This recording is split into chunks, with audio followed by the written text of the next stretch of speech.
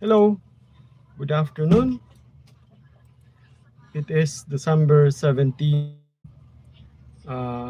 quarter to 6 p.m. Here in the Philippines, particularly southern Luzon, the Bicol region. Now let's talk about my blades interest, particularly this one blade, the Japanese Type 30 Bayonet from the Kokura Arsenal. Needless to say, the bayonet is vintage World War II era.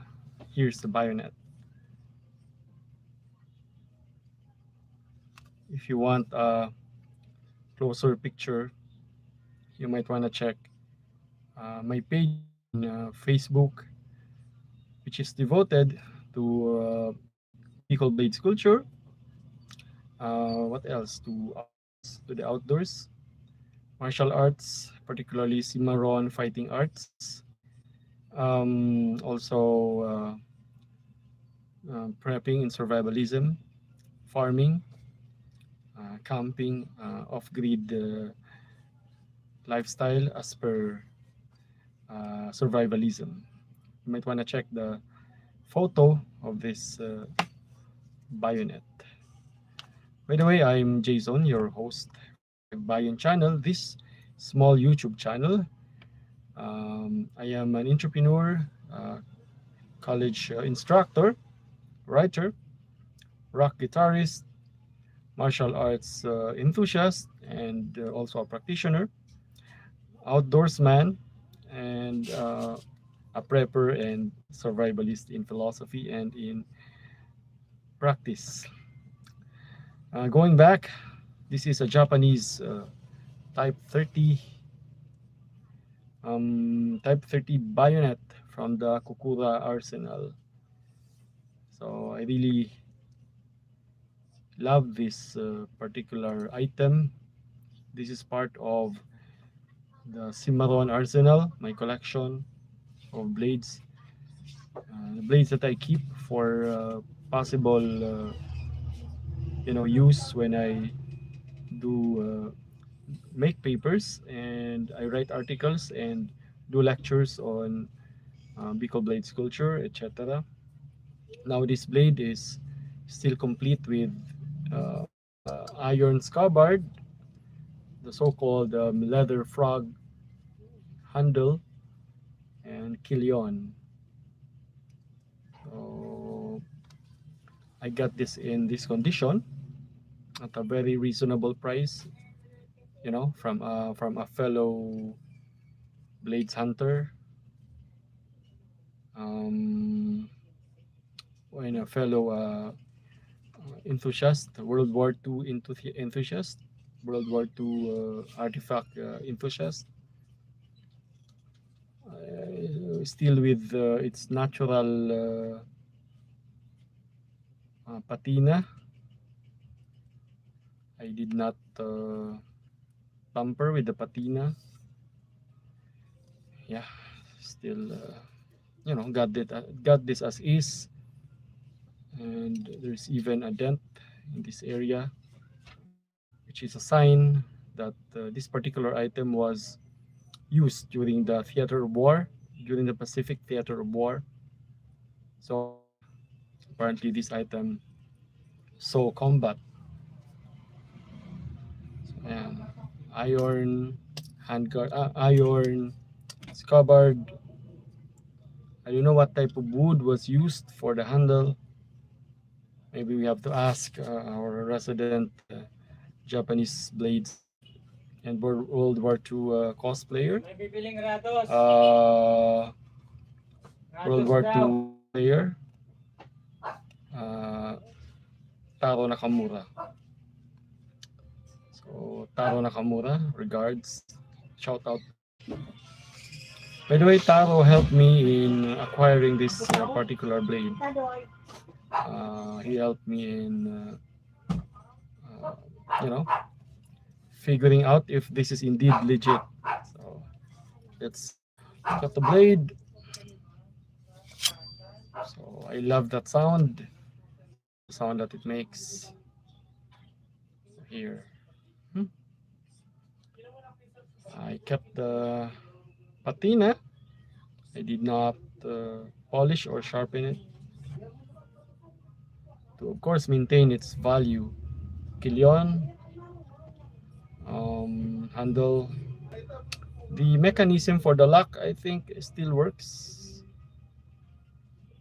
See, still works. If you actually look closer, you might still be able uh, to what? To actually decipher the serial numbers. So there, the blood groove, really nice. This particular bayonet must have seen action during the Pacific War theater. Um, it's difficult to see from this lighting and this distance, but the three cannonballs here, you know, the three cannonballs symbolizing the Kokura Arsenal are still what? Are still pretty much visible. So the marking is still here. One one circle, however, is quite difficult to see. It's a bit, you know, must have been affected by time and age, but pretty much still visible. Heard so many horror stories related to this particular blade, the Japanese bayonet. So many sad and horror, frightening stories. As this was mainly used by Japanese foot soldiers as their primary instrument of death, so apart from the rifles that they had during the war.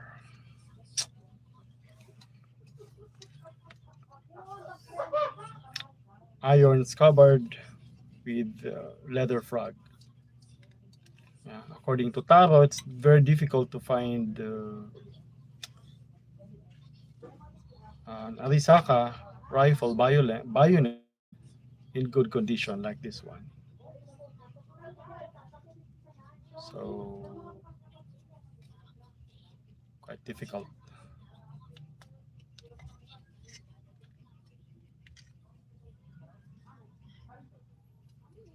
But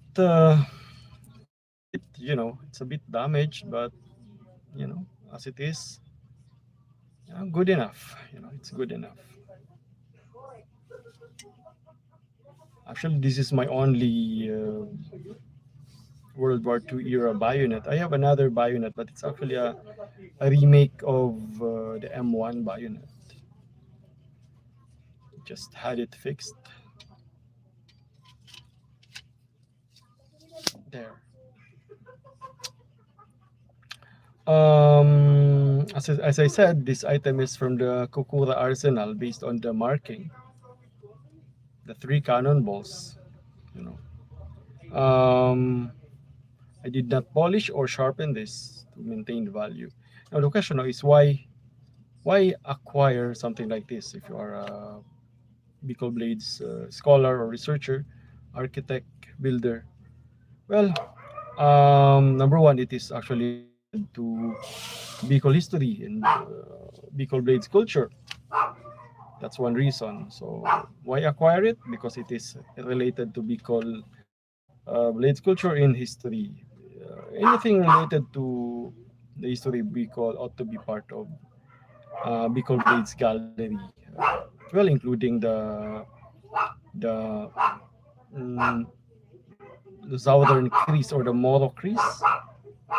Well, during the Moro raids, which is also part of Bicol history.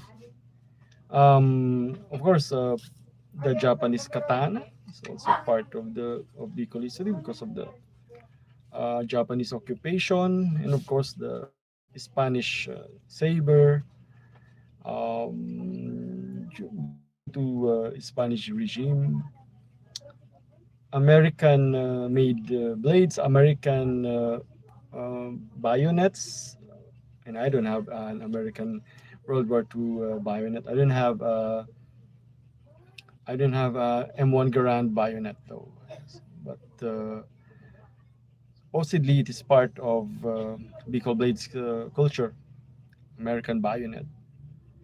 What else? Of course, there's this particular the K bar, of course, the K bar used by the U.S. Marines is also part of Bicol Blades culture because it was also used during the war theater by the American GI here. So there, why that's why many Bicolanos also Bicolano blades enthusiasts would also want to acquire a bayonet like this one. In fact, the Japanese blades culture became so enmeshed in Bicol blades culture so much that uh, in Albay, particularly in tobacco, they also make or build or forge uh, their own rendition of the Japanese katana. So it's a made, tobacco albay made katana. It's quite common. You actually can find it also in different areas here in the Philippines, also in Batangas. Here in Bicol during fiestas, the tobacco bolo peddlers would also give them tobacco type katana or tobacco or their rendition of the katana. I don't have a sample here though, but there, that's one proof that as per Japanese culture, Japanese blades culture, we can say that said culture is really enmeshed in Bicol blades culture. As per martial arts, the Cimarron fighting arts, the Cimarron arnis, or the Cimarron sword fighting style is actually meant to be also designed to counter the katana and the Japanese Arisaka Bayonet. So apparently the fighting style of the Cimarrones was adjusted to actually be able to fight the Japanese foot soldier with with an even a katana. They don't really call it katana. The machine made sword. There's a proper term for that. Japanese blades enthusiasts may help us out as to that. How do you call the sword being carried around by the Japanese officer? The machine-made katana. How do we call them? We have different types of machine-made katanas being carried by Japanese officers during World War II. All right, that's my take on this particular item here. I really love the sound of it when I heard that. So this is a collectible, something for the museum, something for the gallery. So quite rare. Actually, Japanese bayonet is rarer, more rare than the M1 Garand, US M1 Garand Bayonet. So if you are a blades enthusiast who is also into uh, World War II relics, the closest you can get to a relic type that is related to the last war theater is that of the bayonet. Firearms, no, very difficult to be collecting. Firearms, expensive and requires papers, paperwork, licenses, etc. There, with blades, you only have to follow Batas Pambansa numero 6 or Batas Pambansa 6 in relation to PD9 as amended and some jurisprudence on the matter. All right, this has been Jason for your for Hagbayon Channel. This channel is devoted to um, literature, history, Bikol culture, blades culture, um, rock music, and any type of music, uh, martial arts, particularly Simalon fighting arts, the outdoors, and prepping and survivalism as a useful hobby. I'm signing out. Jason here. Remember, the pen is mightier with a sword.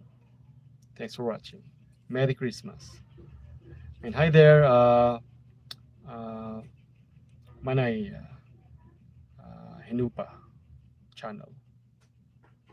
Thanks for joining me. Merry Christmas.